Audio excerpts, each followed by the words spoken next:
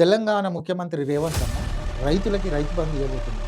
మరి ఇంత సడన్ ఎందుకు ఇవ్వాలనుకుంటుండు అంటే మొన్న ఆ ఊర్య బత్తాల గురించి లొల్లిలైన ఊర్లలో పోయిన మన మంత్రులను కూడా తరిమి కొడతారు.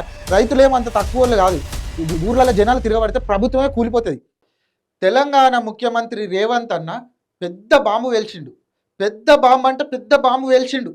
ఇక అన్నం పెట్టినోనికి సున్నం పెట్టడంటే గిదే కావచ్చు.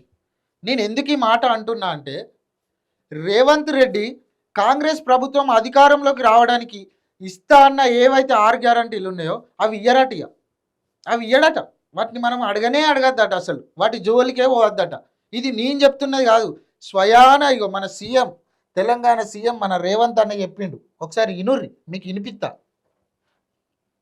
దళితులకు గిరిజనులకు నా సూచన ఒక్కటే, ఆనాడు ఉన్న పరిస్థితిలో కాంగ్రెస్ పార్టీ సంక్షేమము అభివృద్ధిలో ఒక విధానాన్ని తీసుకున్నది. ఆ శకం ముగిసింది. ఇవాళ నిజంగా నాకు మీకు భూములు ఇవ్వాలన్నా ఈ ప్రభుత్వం దగ్గర భూములు అందుబాటులో లేవు.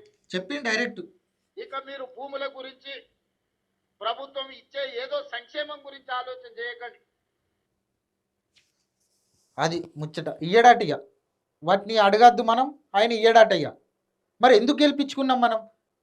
దీని గురించి ఎవరు మాట్లాడరు. అసలు ఎవరైనా మాట్లాడితే వాళ్ళ మీద కేసులు పెట్టించుడు, లేకుంటే వాళ్ళని అక్రమంగా వాళ్ళ మీద ఏదన్నా నిందలేయడం. ఈరోజు చూస్తున్నాం, చాలా జరుగుతున్నాయి. ఇక మాట్లాడిన వాళ్ళ మీదకి వాళ్ళని అయితే ఏదన్నా ఒకటి చేసేదాకా ఇడిచిపెట్టరు. ఇక మరి ఎవరు మాట్లాడరా? ఎవరు మాట్లాడాల్సిన అవసరం లేదా? రాష్ట్రంలో ఎవరు స్పందించరా దీని మీద? ఖచ్చితంగా కామెంట్ చేయుర్రి, ఈ వీడియో అందరికి షేర్ చేయుర్రి, అందరు స్పందించాలి.